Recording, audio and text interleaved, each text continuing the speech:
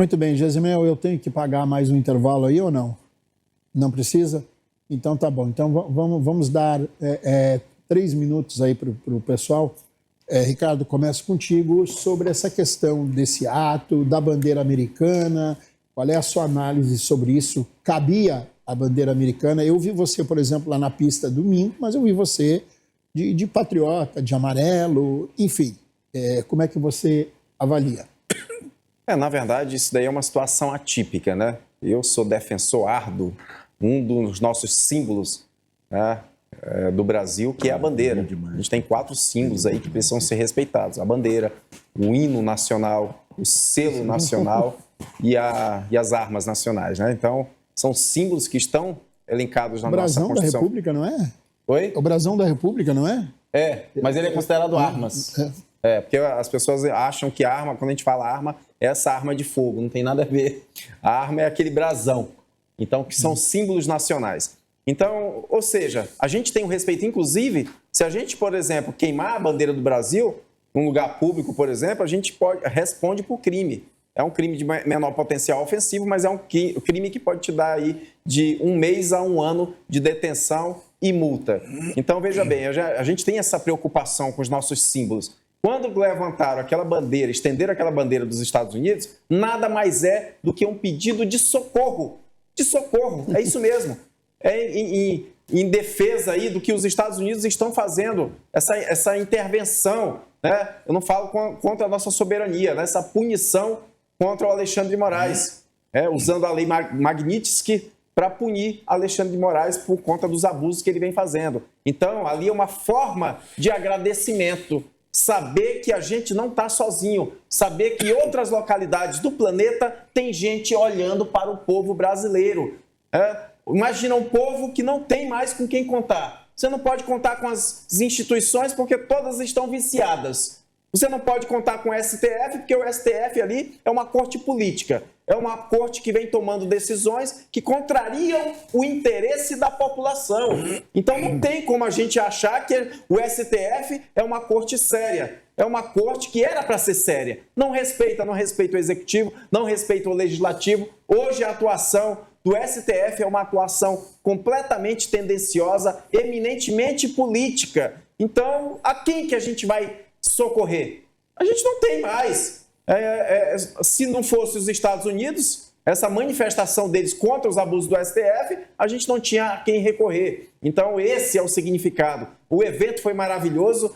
Como sempre, tudo que vem da direita vem de uma forma pacífica, vem de uma forma ordeira, sem confusão, sem baderna. Essa é a manifestação. Aquilo que aconteceu no 8 de janeiro é uma coisa completamente atípica. E o que a gente defende sempre e sempre iremos defender, que aquelas pessoas sejam punidas, mas punidas pelo crime que elas praticaram, que é baderna, depredação ao patrimônio público. Jamais, jamais abolição violenta ao Estado democrático de direito, golpe de Estado, entre outras aberrações que eles estão fazendo, lamentavelmente. Muito bem. Carrati, vamos para a sua análise agora, 2 minutos e meio. É 3 ou é 2? Eu estou perdido aqui. Foi 3 para o Ricardo? Então vai lá. 3, vai lá, Carrati, por favor. As manifestações em todo o Brasil, aqui em Porto Velho, eu não sei, eu não fui, mas eu vi Moisés, vi Ricardo, né? Vi bastante gente conhecida pelas redes sociais.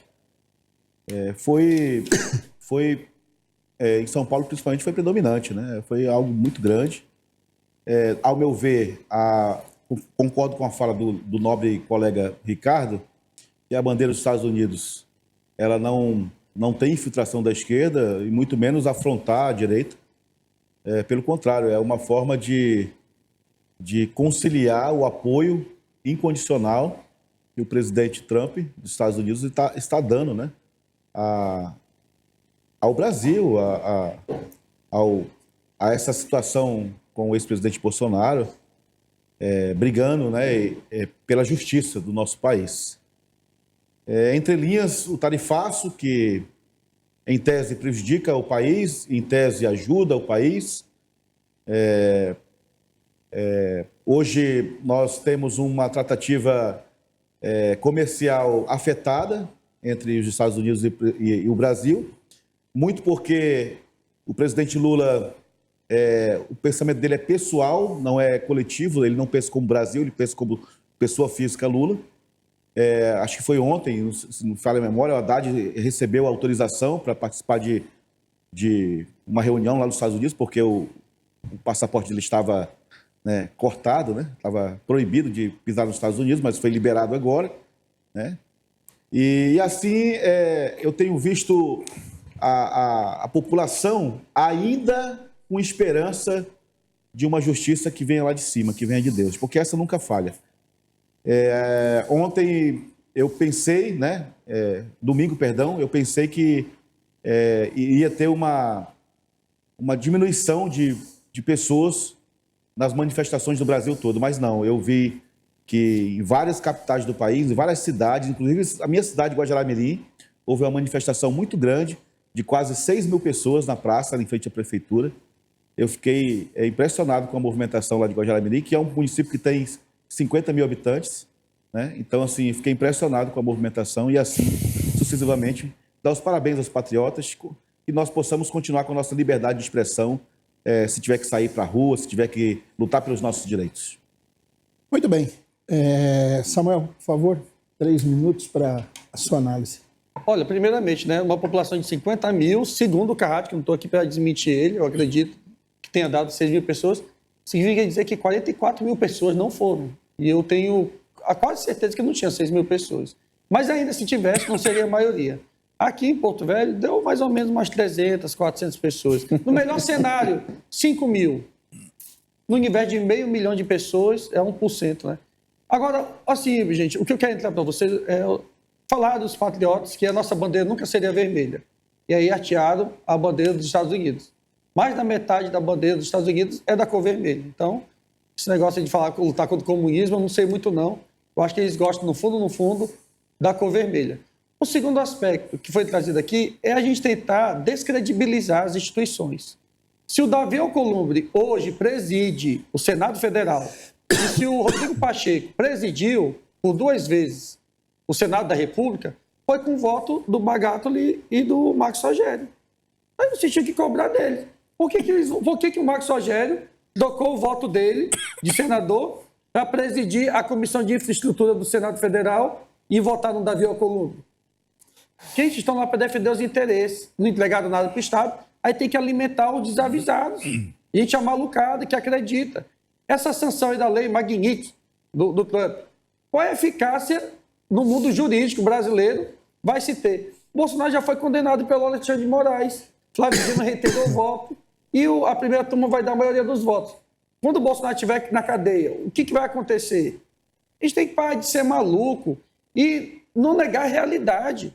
A realidade é o seguinte, é que o Trump está se sentindo acuado, a guerra é comercial, aplicou o tarifaço do Brasil, o preço dos insumos de alimentícios explodiu nos Estados Unidos, está com a popularidade em queda, a China e outros mais de 300 mercados que o Lula ampliou, subsidiaram aí esses valores remanescentes que se tinha de exportação, está exportando, a balança comercial do Brasil teve um aumento de 4% a mais quando comparado a setembro de 2024, e o Brasil não quebrou coisíssima nenhuma.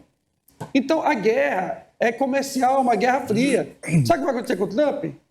Ele vai deportar o Eduardo Bolsonaro para o Brasil como para selar a paz e acalmar os ânimos.